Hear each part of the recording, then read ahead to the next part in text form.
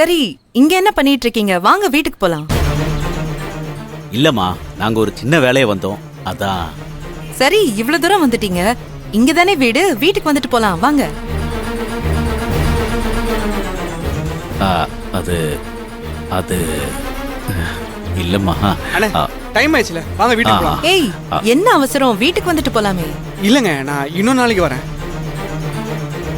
டேய், நீ வாடா, வந்து உட்காரு. வாடான்றல. சரி, ஹெல்மெட் போட்டுக்கோ. தேங்க்ஸுங்க.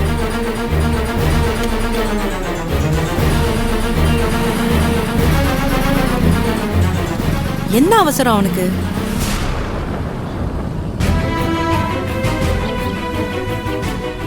பாலு இன்னும் நார்மல் ஆகலையா? அவன் ரொம்ப அப்செட்டா இருக்கிற மாதிரியே தெரியுது. ஆமாம்மா, இருக்க அந்த பொண்ணோட நினைப்பிலே ஒரு மாதிரி ஆயிட்டு இருக்கான். இன்னைக்கு கூட நான் அந்த பொண்ணை பார்த்து பேசினம்மா. அவளுக்கு இவனை பிடிச்சிருக்குன்னு தான் சொன்னான். ஆனா அவன் குடும்பத்துக்கு பயப்படுறான். அப்படியா? அதனால தான் அவன் லவ் பண்ற பொண்ணு வீட்டுக்கே போயிட்டு குடும்பத்தில் இருக்கிறவங்க கிட்ட இவங்க லவ் பண்ற விஷயத்தை பத்தி பேசிட்டு வரலான்னு பார்த்தேன்.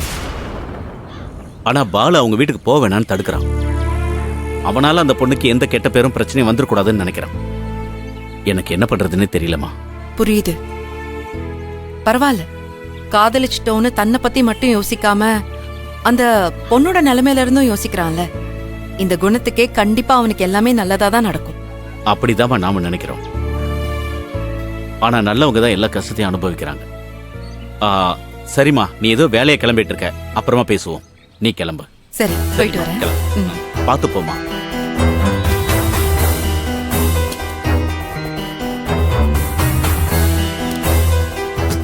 சரிம்மா, பத்திரமா போ.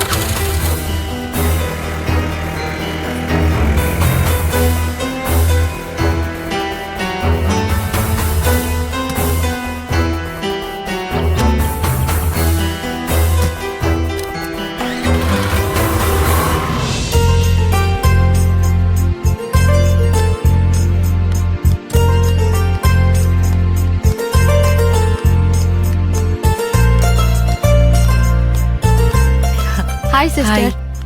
சுரேஷ் சார் வந்துட்டாரா? அவரு உள்ள கேபின்ல தான் சரி, நான் இருக்காரு. போய் பார்க்கறேன்.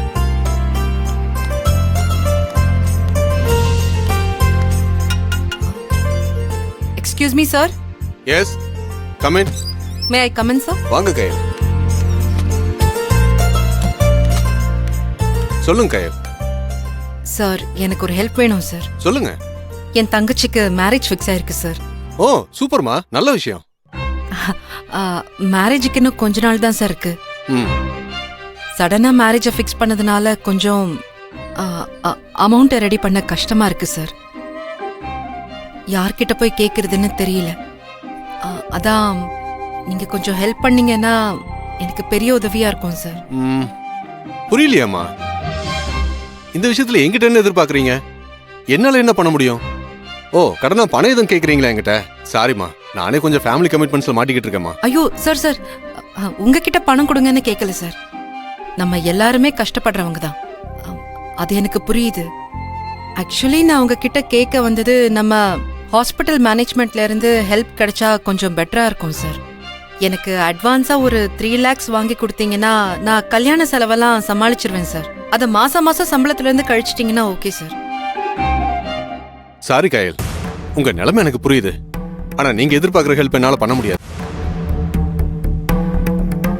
இந்த ஹாஸ்பிட்டல் அந்த மாதிரி அட்வான்ஸ் கொடுக்குற பழக்கம்லாம் கிடையாது. ஏன்னா பெரிய அமௌண்ட் அட்வான்ஸா கொடுத்துட்டு அப்புறம் பாதியிலே நீங்க வேலையை விட்டு நின்ட்டீங்கன்னா அதுக்கப்புறம் எப்படி அந்த காசை வாங்க முடியும்? அதனால தான் கயல், மேனேஜ்மெண்ட்ல இந்த மாதிரி ப்ராசஸ்லாம் அலோவ் பண்றது கிடையாது. நான் அப்படி வேலையெல்லாம் விட்டு நிக்க மாட்டேன் சார். இப்போதைக்கு இதை விட்டா வேற வழி இல்லை சார். அதனாலதான் உங்ககிட்ட ஹெல்ப்பா கேக்குறேன். சாரி கயல், உங்களுக்கு ஹெல்ப் பண்ணக்கூடாதுங்கிறது என்னோட எண்ணம் கிடையாது.